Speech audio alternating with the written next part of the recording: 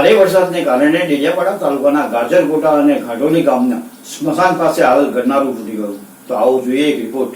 પ્રાપ્ત માહિતી અનુસાર ડેડિયાપાડા તાલુકામાં આવેલ ઘાટોલી પંચાયતમાં આવેલા ગામ ગાજરગોટા અને ઘાટોલી વચ્ચે જે ઘાટોલી ગામના સ્મશાન પાસે નાળું આવેલ છે તે અતિરેક વરસાદથી તૂટી જતા ડેડિયાપાડા સરકારી ઓફિસે બજારમાં ખરીદી કરવા જતા ગ્રામજનો અને અપડાઉન કરતા વિદ્યાર્થીઓને હાલાકીનો સામનો કરવા મજબૂર થઈ ગયા છે.